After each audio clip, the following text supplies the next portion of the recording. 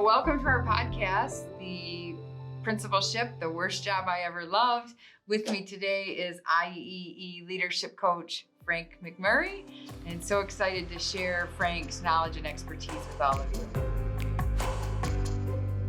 So one of the things I'm most excited about and I feel blessed about is the caliber of the coaches that work for the Institute for Excellence in Education. And I'm really excited to have the opportunity to introduce everyone in our audience to Frank McMurray, who is a leadership coach for IEE. And Frank brings a wealth of information and experience from his work as a principal, and he's sharing that with leaders across the state. So I wanted to take this opportunity to interview our principals who work at the Institute as leadership coaches and have everyone hear a little bit more about your background, Frank, and some of the worst parts of the job you had and some of the things you really loved about the job. So welcome, Frank. Thank you, Sherry. I appreciate being here. Yeah. I appreciate you letting me share my story. Yeah, you have great stories. Lots of people can learn from your experiences. So Frank, we are working on a podcast focused on helping principals manage all of the things that make life so stressful you want to give up. And we need strong and good principals to stay in the field and to be committed to kids and to lead. And we need those principals who are new and learning to have good role models so that they know where they're going and how to respond in situations. So our podcast, as you know, is called The Principalship, the worst job I ever loved, which there's a little bit of tongue in cheek in that, right? Because in my heart, I believe it was the best job I ever did also. But, there were times it was hard. So tell us a little bit about the hard times for you and what were the things that really challenged you as you were a principal to persevere? Well, I think the hard times were everything the first year, just like the first year of teaching. Your first trip around the track is always filled with everything new. Mm-hmm. And the hundreds of emails you get a day, and the 50 or 100 texts you get a day, and the phone calls you get a day. So all of that stuff, all of those items coming in at you with no ability to slow it down. It's at its own pace. And it was up to us as new principals to find that pace and manage that pace. So that was probably the most difficult thing, was just understanding the pace of the job. As a teacher, you're busy and you're on. As a principal, you're busy before the school day starts. You're busy after the school day ends. It is a nonstop race to the finish. So it's a lot of work. So one of the challenges is just the sheer magnitude of the job. The principal is everything to everyone, and doing that for the first time is a bit overwhelming. It was, and I think within the matter of the first 2 days that I got a principalship of a middle school, I called my mentor. I stepped out of a meeting with the cabinet, called my mentor, and I started crying. And I said, how do you handle 200 or 300 emails a day? And he just started laughing. Mm-hmm. And he goes, you can't. Yeah. So it's okay. So leaning on mentors, leaning on people that you trust is important. But it's going to be a challenge no matter what. But you have to keep on going. Mm-hmm. So you raised a couple good points that help people through that process. One of them is the idea of reaching out to a mentor, someone mm-hmm. who's been there, done that, and has the ability to say, it's okay. You're going to make it. Be consistent. Push through. The other thing I heard you say is that you have to sort through the priorities. And when 300 emails are coming in, you're not going to answer 300 emails. Right. Yeah. First, finding that mentor. I've always looked to mentors in my life. I've had great bosses that I've been able to lean on and have welcomed questions. And if I didn't call them, they would call me. So they checked in on me. The other avenues of the job that come at you, emails, parent phone calls, discipline, it is one of those things that you have to pace yourself and get to the end of the day and take care of the things that you don't need to be present for in the school day after school hours. But it is something that there's a certain level of acceptance that you took the charge of the building. Now you're responsible for that. And I think beyond that, you have to use your work ethic that you developed over the time, and it'll come, but being patient with yourself is valuable. Yeah. Patience with yourself. That's a interesting approach, and super important to new principals. 'Cause we're always toughest on ourselves, right? Absolutely. So for me, when I was a young administrator, there was a pivotal point at which I was like, I'm not sure that I can do this. Did you have a similar experience, and can you share it with us? I did. So I had this great idea as a new principal in a new district, that I had 1,100 students, and I had the grand idea that I would call every single parent before the school year started. So I was hired on July 1st, and by August, the middle of August, when we started school, I would call 1,100 parents. I was quickly guided that wouldn't be a good idea, and it wouldn't be achievable. So my next idea was to have a parent night, meet Mr. Mack. So I opened up the auditorium to the entire community. I thought it was a great idea. Just come in and meet me and get me one-on-one. So I had about 50 people in the audience when it started, and then when it ended, there were about 300. Wow. So people wanted to meet me. People wanted to see who I was. People wanted to challenge me. And people wanted to vent about their old complaints about the previous leader and the previous conditions of the building. And I think it was at that point I remembered the lesson of developing Teflon in my skin to kind of shield those things away from me and not let them stick to me, but reassure everybody I was listening. So I practiced to be a good listener. And I was given a list by a parent of 64 items that I needed to fix in the school. So throughout the year, I did. I finished all 64 of those items, and they were absolutely silly things, but I did finish them. And I knew in the last day of school that I had made it through my first year, and I say it's kind of like going around the track for your first time. I got to the end of the first lap, and I was very relieved. And I knew that if I could take that year and I could take that type of parenting style and that type of community involvement, that I would be okay. I had faith. Well, in the beginning, I had hope, and I believed. But then at the end, I had faith that once I had gone through that entire year, I developed my suit of Teflon to not let things stick to me. I would be okay. And then I was. And then I had a beautiful relationship with the community and the parents. I always had that handful of parents that was a challenge. But I welcomed that because I knew I had something to learn from them and to make things better for kids. And that's why I was there, for the kids. So you talked about a couple things. One being your intention really was about building relationships, right? Like we know the importance of relationship building in a school. To get in front of any problems, you need to know the parents. And so your intention was really positive. And also maybe a little naive to the fact that people would want to welcome you with a fresh start is what I think you said. And that they came en masse with 300 people there sort of firing things at you. And in the moment you probably realized, like, this is not what I had intended. And you made a choice. I heard you talk about a choice that was either to take it personal and get defensive, or to get curious and to listen and pay attention to what they were saying. Whether it was your fault or not, they were passionate about their feelings.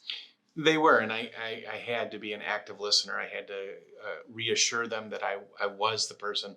I was completely naive. I thought, once you get to know me, you're going to love me. And that was very naive, because there are some things that are out of my control. I couldn't control and influence everyone in a positive way. I just couldn't. So it was naive of me to think that, but I also think it was ambitious. And I knew that was one of the problems in the community, is that relationship with the principal hadn't been there in a couple decades. And it was one of the things that I read in my interview that the building needed. And I was willing to take the risk and gamble on that night. I did go home and cry again. It was not fun. But I knew that once I made it through, it was the right thing to do for the community. Yeah. So one of the things in the podcast I talk about is crying. I would go hide in my car, go for a little ride, but you're just getting away for a minute to recollect yourself. What kind of disposition does it take to face that kind of conflict directed right at you? And that happens all the time to school leaders, right? Like people carry their anger, their trauma, all those pieces right back to the school leader and sort of explode all of that on you. What does it take from a disposition standpoint for that leader to pull themselves back together and stand up and say, I'm okay, I'm going in the right direction? Because you said it was ambitious, and I recognize the ambitious as a positive thing, right? You were able to take the challenge on because you knew it was what was needed. So what dispositions did you have to be able to do that? So one of the things is I'm very competitive, almost to a fault. And there are times when we have family picnics that I have to win the horseshoe event. I have to win the cornhole toss. And it's sometimes a bad part of me comes out. I'm just too competitive. But I think, and I've learned this from my wife and being married for 37 years, that I don't have to win an argument. And that disposition of always wanting to win was not good. I had to learn that it wasn't about winning an argument with a parent. It was about listening, because almost in every instance when I had a parent conversation in the drive of the school or driveway of the school or the library or in my office or at a football game, a confrontational conversation, it was just about them being able to share about their child, their baby, that this is a concern of theirs. And once they were able to express their concern and get their venom and anger out at me, then it was dispersed. And it, for me, it kind of, I wouldn't let it stick to me. And I didn't want to win. I just wanted to listen. And that was hard for me. I'm not a natural listener. I'm a natural observer. But as far as listening, it was a skill I knew that I had to have, because I knew that being in a marriage, that winning every argument is not good. I mean, it's not good for the relationship. And I took that to the parents' parental relationships. And it wasn't about winning. It was just about listening. And then I knew that once people got to know me, they would like me. And for most cases, that would be true. Yeah, and so what I hear you describe is that conflict really wasn't about engaging in affective conflict. It was really about what we call cognitive conflict and understanding that they're coming from a place where they're passionate about their kids. They're the mama bears and the papa bears who are really there because they want the best for their children. And so keeping the conflict cognitive made it so you could be a good listener and not get emotionally engaged in it. And it's hard, right? When they're coming at you. Yeah. And I think it's that Carolyn McAnder's thing. It's dialogue versus discussion. Dialogue is conversation. Discussion is decision making. And it wasn't a discussion. It was more of a dialogue. And they just needed to be able to share their side. And they felt better. And I appreciated them being able to share. That's exciting. So what was the best memory, the highlight you have, the part about the love, the worst job I ever loved? What was the part that, kept you going every day, that pushed you to move from a teacher to an assistant principal to a principal to now a leadership coach focusing on? So what's that thing? So I can just relate it kind of to having a mentor now. I have several mentors for different areas of my life that I've leaned on. But one of the things that made the most sense to me when I started coaching, I was 12 years old, coaching baseball. My baseball coach influenced me, Mr. Fred Chrissy. He influenced me to understand, because I started coaching at 12. I started coaching with him at clinics when I was 13. And at the time I was 18, I always taught baseball clinics. But what he taught about taught me, what Mr. Chrissy taught me was that if I really loved something, I had to give it away. So if you really love baseball, it was his driving force. He loved baseball so much, he wanted to give everything he knew about it away. And as a teacher, as a father, as a assistant principal, as a principal, as a coach, I've been given a lot of things. I've been given a lot of gifts, and I'm grateful. And my mission in my life is to give that away. I don't want to pass on to my next thing without giving everything I have away, because I can't use it anymore. I want other people to be able to use it. Yeah, that's exciting. And I think you raise another important point for principals and school leaders, really. And it's that a lot of times we're working on maintaining the day-to-day, and you've made a conscious effort about mentoring and sharing with others. And so we really need principals who are successful to reach out to others and support them when they're struggling. And that impacted your life enough that you're at each level you wanted to be able to mentor and share and give away what you had learned. Yeah, I think that happened in every experience I've had in my work life and my family life. I've got a good relationship with my Uncle Ed, who's helped me deal with my father and my mom and my wife and my kids. So that he is my family mentor. But it is just so important for me to be able to recognize I have somebody I can call that I can lean on and trust. So for me, it's about building those trusting relationships with my mentors that I've had over my career in all walks of experiences that I've had. Yeah. So what is kind of a message you would want to send out to practicing principals? And I don't mean just necessarily new ones, because I think post-COVID principals across the board are struggling with the demands of the work and the passion for the mission to provide quality education for the kids is conflicting with the demands of operations and all those other things. So in light of that, what's a message you would want to send to principals who are practicing right now? I would say that you have to reach out and you have to lean on and you have to be available to your peers, your other assistant principals and principals and administrators.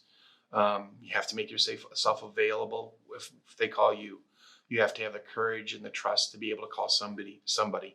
But I think that there is power in a group, and when people get together, they reassure each other. Oh, that happened to me too, or yeah, that happened to me. Or it hasn't happened to me. Well, tell me more. So I think finding a trusting group to share and then meet with. So I think I always relate this to my brother Ben. He said, getting your undergrad, because you learn way more 15 minutes before the class and then 15 minutes after the class than you do during the lecture. Go early, see if you can talk to your colleagues or your peers, and then stay late to talk to the professor, because that's when the real learning happens. That's kind of the same thing with other items in my life, that those conversations you have before a PD session or after a PD session or at lunch, those are valuable. So take a risk, ask questions, and trust. Yeah, great. Well, thanks, Frank. Thanks for the work you do for the Institute on behalf of kids. And you are very much giving back to what you've learned. So thanks. I enjoy it. Great. Join us for our next episode, Start with the First Thing, where we talk about how principals can alleviate stress in their lives by maintaining a focus on students.